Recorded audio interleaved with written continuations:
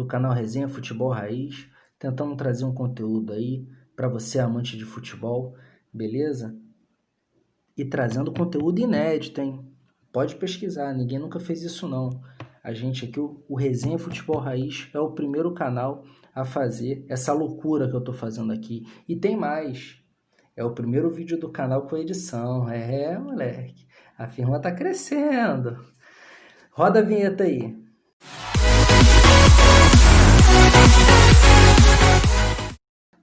Beleza, rapaziada, vamos iniciar a nossa conversa aqui em relação a esse tema. Por que eu tive essa ideia, né? Seleção de sul-americanos sem brasileiros e argentinos. Porque assim, a realidade é que o futebol mundial, né, a gente tem as grandes seleções concentradas na Europa e Brasil e Argentina fora delas. Então, assim, muito se fala, por exemplo, que a Eurocopa é a Copa do Mundo sem Brasil e Argentina, porque realmente são os dois gigantes do continente. A realidade é que, futebolisticamente falando, os outros países da América Latina vivem à sombra de Brasil e Argentina, né? Tamanha grandeza dessas duas seleções, né? Agora que a gente tem o Uruguai tentando retomar essa tradição, antes dessa geração Forlán, Suárez, o Uruguai passou um tempo grande de ostracismo aí, sofrendo com gerações muito ruins, né? E sem contar as outras seleções, que são seleções menores, pequenas, mas que tiveram seu momento, têm o seu momento na história, revelaram grandes jogadores, embora não sejam escolas tão tradicionais. É desses caras que é o intuito falar. Ativar aquela memória afetiva sua, lembrar daquele jogador que você não lembra, que não viu há muito tempo, ou até de jogadores recentes, que por ser de pequenos centros, acabam não sendo muito valorizados. A ideia é mostrar, é falar dessa galera para você. Beleza? Então, vamos começar. Isso aqui é uma brincadeira, tá? Aqui a gente trabalhou com análise, analisamos para montar a seleção, mas no fundo a minha opinião fez diferença. Então, eu quero que você dê a sua também, tá? Assim, a gente pesquisou muito, né? E muito antes de ter o canal, sempre amei futebol e sempre procurei saber da história do esporte. Então, por mais que eu tenha visto jogadores, vídeo de jogadores da época que eu não era nascido e que eu saiba que os caras eram geniais, eu não posso falar deles aqui porque eu não vivi isso. Então, o primeiro desafio é esse. Você tendo 12 anos ou tendo 70, você vai falar do que você viu, correto? Então, a gente vai começar da seguinte maneira. Você vai dizer o seu nome, a sua idade, o seu primeiro momento marcante no futebol. E a partir desse momento você vai montar sua seleção sem brasileiro e argentino, hein? Combinado? Então eu vou começar a minha, beleza? Eu sou o Elias Júnior, tenho 31 anos. Meu primeiro momento marcante no futebol foi o gol de barriga do Renato Gaúcho. E vamos embora. Enfim, galera, a gente estudou bastante, né, para fazer esse vídeo. Foi difícil, algumas posições, principalmente lateral, eu sofri muito para encontrar nomes para poder trazer. Mas, enfim, existem grandes valores nesses pequenos centros, claro que em menos quantidade que Brasil e Argentina, mas existem. Começando pelo gol, a gente analisou algumas opções. Higuita foi uma delas, goleiro folclórico colombiano. Só que eu peguei o Higuita no final da carreira também. A última Copa do Higuita foi em 94. Então, em 94 ainda era muito pequeno, eu lembro muito pouco do tetracampeonato, embora tenha tido o deleite de ver o Romário jogar depois disso, e para mim é o maior que eu vi jogar. Então, assim, não botei o Higuita por isso. O Higuita, ventilei o nome dele, mas tem outras opções melhores. O Chilavé era outra opção também interessante. O Chilavé, que era o goleiro artilheiro da história do futebol mundial antes do Rogério Ceni. Era o Chilavé que detinha o recorde de gols, né, entre goleiros.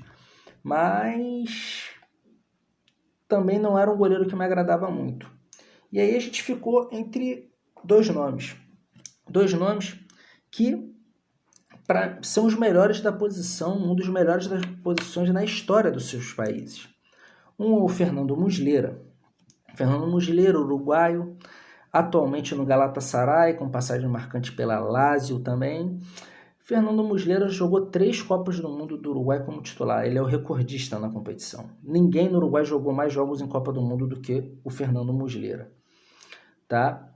E o Bravo, goleiro chileno, bem sucedido na Europa, com passagens por Barcelona e Manchester City, ganhou 2 Copas Américas pelo Chile. São os únicos títulos do futebol chileno por seleções. Como você pode ver por tudo que eu falei, esses dois estão, quando o assunto é seleção dos seus países, eles estão muito empatados. Eles têm importâncias similares, cada um no seu país, um no Uruguai e outro no Chile. E aí a gente foi se aprofundar um pouco mais, né? Até utilizei o Transform Market aí, acho que a maioria, geralmente a galera que gosta de perder um tempinho em grupo de WhatsApp comentando, falando sobre futebol, quando quer saber de algum jogador específico, entra nesse site. Fui lá, fui em outros também, né, fazer pesquisas, enfim. E assim, a carreira do Bravo foi mais impactante do que a do Muslera. Embora o Muslera tenha sido goleiro em 3 Copas, também tenha ganho Copa América pelo Uruguai, assim como o Bravo, por clubes, o Muslera, ele jogou, não vou dizer clube pequeno, porque Lazio e Galatasaray, por exemplo, nos seus países são clubes grandes. Só que não tem tanta envergadura internacional assim, não são clubes de chegada a nível europeu. Entendeu? Totalmente diferente do Bravo. O Bravo foi titular do Barcelona, o último Barcelona que ganhou tudo, que foi com o trio MSN, né? Messi, Suárez e Neymar. E também foi titular no City. É um goleiro que, embora eu acho que não tem nada a ver esse lance de goleiro jogar com o pé, mas o Bravo, ele tem qualidade com o pé, o Muslera é totalmente cego com os pés. E tecnicamente é melhor também. A carreira mostra isso, os clubes que o Bravo jogou mostram isso. O Muslera, para muitas pessoas que eu converso sobre futebol, é um goleiro de mediano para bom. O Bravo não. O Bravo chegou a ser acima da média e figurar entre os principais na posição do mundo. Portanto, eu começo a minha seleção com o chileno Bravo no gol. Beleza? O Bravo é o nosso goleiro. Ok? Vamos para a zaga, né? Os zagueiros, a gente tem algumas opções interessantes, né? A gente tem o Ivan Córdoba, a gente tem o Ayala paraguaio, que jogava com Gamarra, enfim. Eu fiz uma força danada para botar o Lugano. Pela história que ele tem aqui no futebol brasileiro, né? Ídolo no São Paulo, tanto é que é dirigente lá. E tem uma história muito bacana também na Europa, no Fenerbahçe, né? É um líder nato dentro de campo, zagueiro muito forte, de muita posição física, dava na raiz mesmo, não tinha tempo ruim com ele.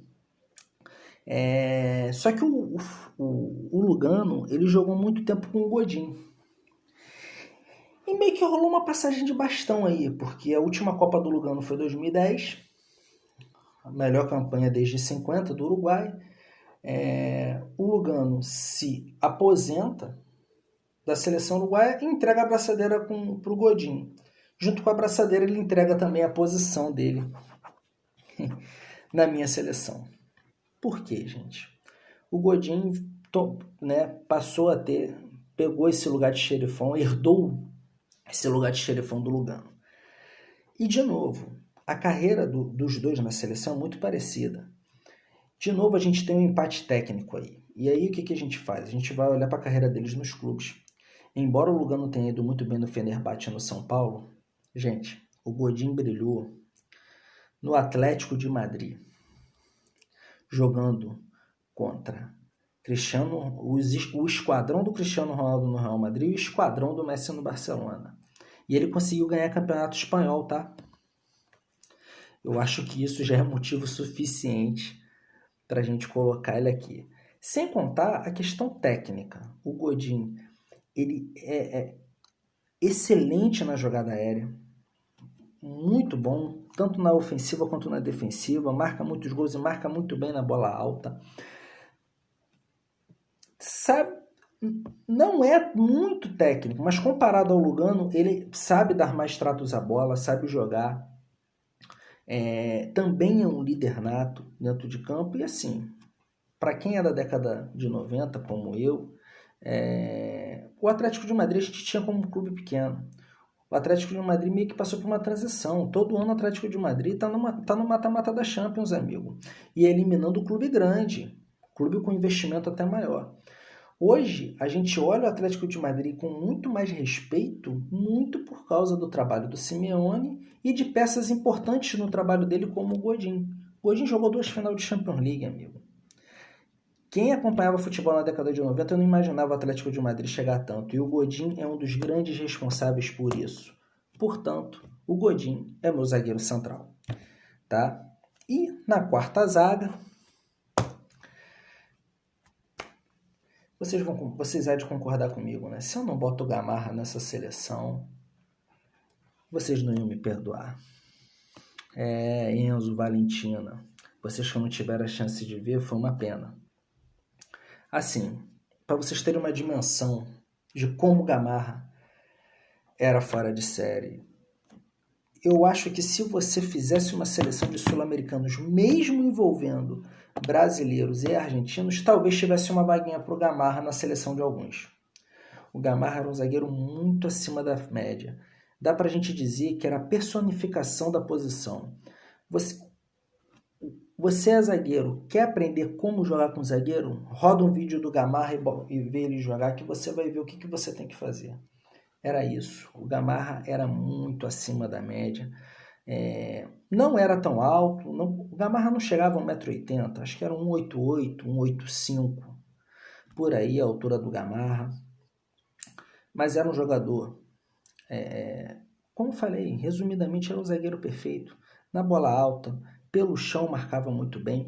Em muitas equipes que jogou, ele fazia saída de bola do time, devido à sua qualidade técnica e à sua habilidade como zagueiro. Enfim, o Gamarra não poderia faltar nessa seleção. Se você ainda está com dúvida depois disso tudo que eu te falei,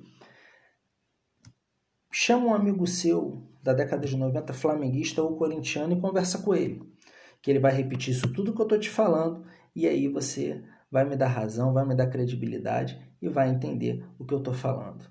Tá ok? Então, o Gamarra é o meu quarto zagueiro. Fato importante que eu estava esquecendo. O Gamarra ele é muito conhecido também por ter sido, né, o único zagueiro da história das Copas que passou uma Copa inteira sem fazer uma falta. Né? Aí você deve pensar, porra, então ele devia jogar, né? Não devia chegar junto. Chegava sim, amigo. Quando era necessário ele chegava. Só que não era desleal, né? Não era um zagueiro desleal. Mas, enfim, o Gamarra está marcado na história das Copas como um dos maiores defensores que já jogaram essa competição. Então, amigo, eu acho que não tem mais argumento melhor do que esse pra gente colocar o Gamarra nessa quarta zaga. Não tem como ser diferente disso. Vamos para laterais, que foi a posição que eu mais penei. Olha, foi difícil, até porque é difícil achar concorrência para esse cara. Amigos, acho que você da década de 90 já está imaginando. Você gremista, você palmeirense. Arce, esse é o meu escolhido para lateral direita. Não se enganem por aquela caneta horrorosa que ele tomou do Denilson, não. Não baseiem a carreira do Arce nisso, tá? Pelo amor de Deus, não cometam esse erro. O Arce era sensacional. O Arce, como eu falei, jogou no Grêmio, jogou no Palmeiras, fez história nos dois, né? Ganhou Libertadores aqui, enfim. O Arce jogando no futebol brasileiro, ele era o melhor lateral do Brasil. Atuando aqui. Não tinha lateral melhor que ele. Basta te dizer uma coisa. O Arce era muito melhor que o Cafu. Muito melhor que o Cafu. Para o nosso azar ele era paraguaio. Mas ele era muito melhor que o Cafu, o Arce. O Arce é mais ou menos na linha do Gamarra. É a personificação do lateral. Marcava muito bem, chegava no fundo como poucos, não errava cruzamento e era um mestre na bola parada. Falta na entrada da área era com ele. Falta lateral era com ele também. Ele era o dono da bola parada. Hoje a gente tem uma dificuldade muito grande de ver gol de falta, mas na década de 90 a gente pôde acompanhar aqui no Brasil o Juninho Pernambucano, o próprio Rogério Ceni, o Palmeiras. Ele era o cara da bola parada e fazia muito gol de falta. O Arce, sem dúvida, não tem nem concorrente para ele. Não dá para competir. O Arce é o melhor lateral sul-americano que eu vi jogar. Claro, excluindo brasileiros e argentinos, né? O Arce, sem dúvida, é o melhor disparado nessa função e vai estar na minha lateral direita, correto? Na lateral esquerda, eu não encontrei ninguém do nível desses monstros.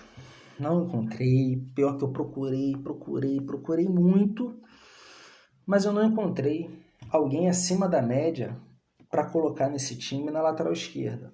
Botar quem? Álvaro Pereira? São Paulino vai tacar o celular na parede. Enfim, o que me restou foi dar uma de Ancelotti, né? Para quem não sabe, Ancelotti lá no Milan, eu falo isso no meu vídeo sobre volantes, quem puder assistir, vai assistir, que era estratégia do Ancelotti, ele escalava sempre um zagueiro em uma das laterais para poder fazer o Pirlo jogar mais recuado. Por isso, né, usando como argumento o Ancelotti, eu vou colocar um zagueiro do lado esquerdo. Mas esse sim é acima da média. Jogou 13 anos no futebol italiano, é ídolo lá, tanto é que é dirigente da Internazionale de Milão hoje. É ele mesmo. Ninguém tá lembrando, né? Ivan Córdoba, zagueiro colombiano, titular da seleção colombiana durante muitos anos. Ivan Córdoba conseguiu se destacar no futebol italiano. Ué, mas porra, futebol italiano sempre foi bananado assim, pô? O Ivan Córdoba tinha 1,75m, como é que ele jogava com de zagueiro na Itália? Não sei, pergunta a ele. Eu só sei que o Ivan Córdoba, ele foi titular da Internazionale de Milão, que é um grande clube italiano, né? Todo mundo conhece, todo mundo sabe. Mesmo com 1,75m, ele jogava no miolo da zaga, de zagueiro pro lado direito, né? Tinha ótima impulsão e era muito rápido. A velocidade dele chamava muita atenção para um zagueiro. Ele era muito ágil. E, meu amigo, o futebol italiano, no final da década de 90, início da de 2000, era o que é a Premier League hoje. E a Itália sempre teve a tradição de revelar os melhores defensores do mundo. Então, meu camarada, se o Ivan Córdoba, com 1,75m, se destacou em meio a Maldini, Nesta, Cannavaro, é porque ele era muito acima da média, então ele merece um espacinho na minha seleção, embora, né, mal escalado, vamos colocar assim, improvisado do lado esquerdo. Mas vale a lembrança aí do Ivan Córdoba, grande nome do futebol sul-americano. Ivan Córdoba, então, é o meu lateral esquerdo improvisado, ok? Vamos para o meio do campo agora, né? O meio do campo melhora um pouquinho a coisa, né? A gente ganha mais opções. Para volante, por exemplo, a gente tem o Maldonado, que jogou muito tempo aqui no Brasil, tem uma história bacana no Flamengo e no Cruzeiro. Valderrama é um nome que a gente ouve falar bastante. Assim, eu peguei Valderrama já no final da carreira. Jogou a Copa de 98, se eu não me engano. E, sinceramente, não vi muita coisa diferente de toque pro lado e cabeleira voando. Mas existem pessoas mais velhas que eu, que converso, que acompanham o futebol e que falam que o Valderrama, no auge, era um jogador exuberante. A gente tem o Rincon também, é um exemplo, torcedor corintiano e palmeirense vai lembrar com carinho do Rincon, jogadoraço. Mas eu vou ficar com Arturo Vidal na minha cabeça da área. Arturo Vidal, que é o grande líder da maior geração da história do futebol chileno. Né? Ele que é o capitão, ele que foi o capitão nas 2 conquistas de Copa América. Hoje você vê ele jogar de volante no Barcelona, meio butinudo, dando na raiz direto, você pensa, pô, esse cara aí é meio grosso para entrar nessa seleção, não é não? Negativo. Se você parar para ver ele jogar na seleção do Chile, você vê que ele joga praticamente como um meia. O Vidal é muito habilidoso e sabe dar tratos à bola. A questão é que ele está envelhecendo, estão recuando ele, e aí ele usa mais da força dele para jogar. Mas se você pegar, por exemplo, vídeos do Vidal jogando na Juventus, que é onde ele é ídolo, em muitas das vezes o Vidal é escalado como meia. Volante de origem, mas escalado como meia, dado a sua qualidade técnica. Entendeu? Então, assim, campeão onde passou e líder da maior geração do seu país, impossível não colocar o Vidal nessa seleção. Então, Arturo Vidal na minha cabeça da área, correto? Vamos por meias agora, vou escalar 3 meias. E meu primeiro meia que eu vou escalar, esse sim é o maior colombiano que eu vi jogar. E olha que eu sou saudosista, hein? Não é pouco não, muita coisa, tá? Sou bastante saudosista. Mas me encanta ver Rames Rodrigues jogar bola. Jogador muito acima da média, sabe dar tratos à bola. Para mim, vendo o Rames Rodrigues jogar na seleção colombiana, para mim ele é um dos meias, um dos camisas 10 mais dinâmicos do futebol mundial. Pô, como que você fala isso, Elias? O Rames Rodrigues não joga nada nos clubes. Não consegue se firmar em clube grande. Já teve chance no Real Madrid, já teve chance no Bahia. Sim, concordo. Mas o Rames é mais um caso de jogador que rende mais na seleção do que no clube. Aqui no Brasil não faltam exemplos. O Denilson. O Denilson nunca foi um destaque absoluto no Betis. Mas, jogando na seleção, fazia o salseirozinho dele. Era o homem do segundo tempo. Robinho é outro grande exemplo. Não chegou nem perto de ser o que se projetava para ele na Europa. Mas na seleção brasileira ele deitava. O Ronaldo pode ser um exemplo. Embora ele tenha sido gênio aonde ele passou, o Ronaldo, na seleção, ele sempre rendia mais do que no clube. Então, tanto é que, basta dizer que em 2002 ele foi machucado para a Copa do Mundo e nos deu o pentacampeonato, juntamente com o Rivaldo, Ronaldinho, enfim. Então, usando como base o que ele joga na seleção, o Rames Rodrigues me encanta. A dinâmica que ele dá no meio do campo, a transição que ele faz rápida, distribui o jogo, chega muito bem na área para finalizar, pisa na área o tempo todo. Isso é ideal para um camisa 10, poder chegar na área, encostar nos atacantes para finalizar, ao mesmo tempo que arma o jogo, enfim. O Rames me encanta, eu sou fã do Rames e por isso estou colocando ele na minha seleção ali de camisa 8, né? Porque tem gente melhor que ele para entrar aí, então a gente tem que dar espaço para os melhores, entendeu? E agora a gente vai entrar aí com ele, que é atacante de origem, melhor jogador da Copa do Mundo de 2010, mas é um dos mais... mas ele é atacante de origem? Por que você vai botar ele no meio do campo? Porque ele também joga de meio de campo. Diego Forlán sabe executar todas as funções de ataque. Se você botar o Forlán de atacante, ele joga. Se você botar o Forlán de segundo homem de frente, segundo atacante, ele joga. Se você botar o Forlán de quarto homem do meio do campo, de ponta de lança, atrás dos dois atacantes, ele joga. O Forlán é um dos atacantes mais completos da história do futebol sul-americano. Se você vê tapes do início da Copa de 2010, ele começa jogando como um ponta de lança, como um quarto homem do meio do campo, atrás de Cavani e Suárez. Só que o Cavani se machuca durante a Copa do Mundo de 2010. E aí o Forlán volta a jogar de atacante do lado do Suárez e o Oscar Tabares passa a trabalhar com 2 linhas de 4. Basicamente é isso. O Forlán é o grande ídolo da maior geração do Uruguai, desde a Copa de 50. Melhor jogador da Copa do Mundo 2010. Tem uma carreira um tanto quanto discreta em clubes, apesar de que no Manchester United ele teve uma ótima passagem, tá? Mas no geral a carreira do Forlán é muito discreta em clubes. Teve uma passagem sem sucesso no Internacional já no fim da carreira, mas é um jogadoraço, é um cara que sempre deu trabalho para o Brasil quando enfrentava o Brasil. Enfim, Diego Forlán é o meu meia-direita dessa minha seleção, correto? E aí a gente vai pro cara que, na minha opinião, é o maior uruguaio que eu vi jogar. Sim, É esse mesmo que você lembrou, meu amigo da década de 90. Enzo e Valentino não vai saber quem é esse não. Vai no YouTube e busca Álvaro Recoba, jogadoraço. Diferente do Furlan, o Recoba é um jogador mais de meio de campo, de fato. Né? É mais um meia. É um cara muito habilidoso, chutava muito bem de fora da área, mas era um cara mais de organização de jogo do que propriamente para finalizar. Tá? O Recoba era habilidosíssimo. Pegou uma geração sofrível, foi conseguir jogar uma Copa do Mundo só em 2002 e mesmo assim saiu na primeira fase. Mas é um jogador que tem uma história muito bacana no futebol italiano, embora tenha sido muito atrapalhado por lesões também. Mas o que eu vi de Recoba jogar contra o Brasil, rapaz, olha, era um absurdo. Eu tô para te dizer que no confronto direto, o Uruguai dá mais trabalho ao Brasil do que a Argentina. Porque mesmo na geração do Recoba, onde ele jogava praticamente sozinho, ele dava muito trabalho.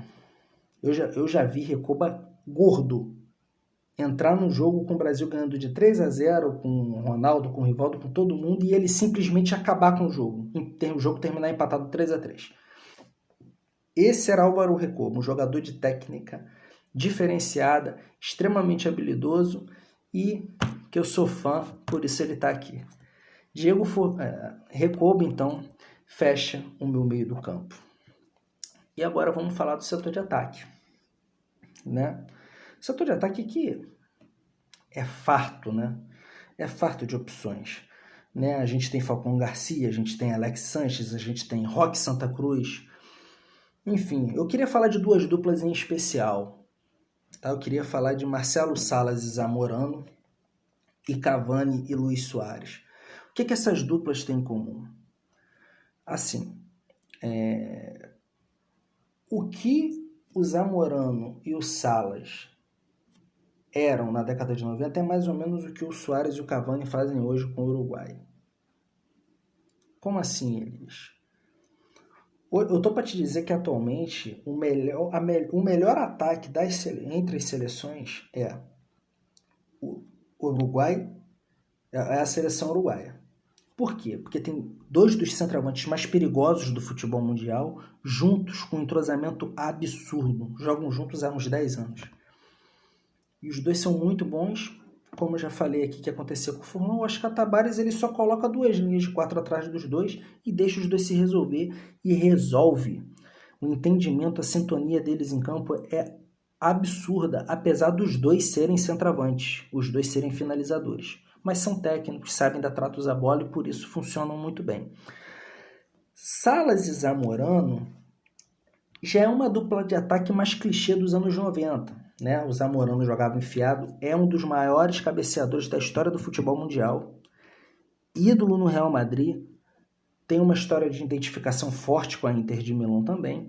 O Zamorano, na minha opinião, o melhor que eu vi nesse fundamento de cabeceio. Cabeceava muito bem e era ótimo centroavante. E o Salas já fazia o lado de campo. Né? Fazia jogadas de beirada para tentar achar o Zamorano dentro da área.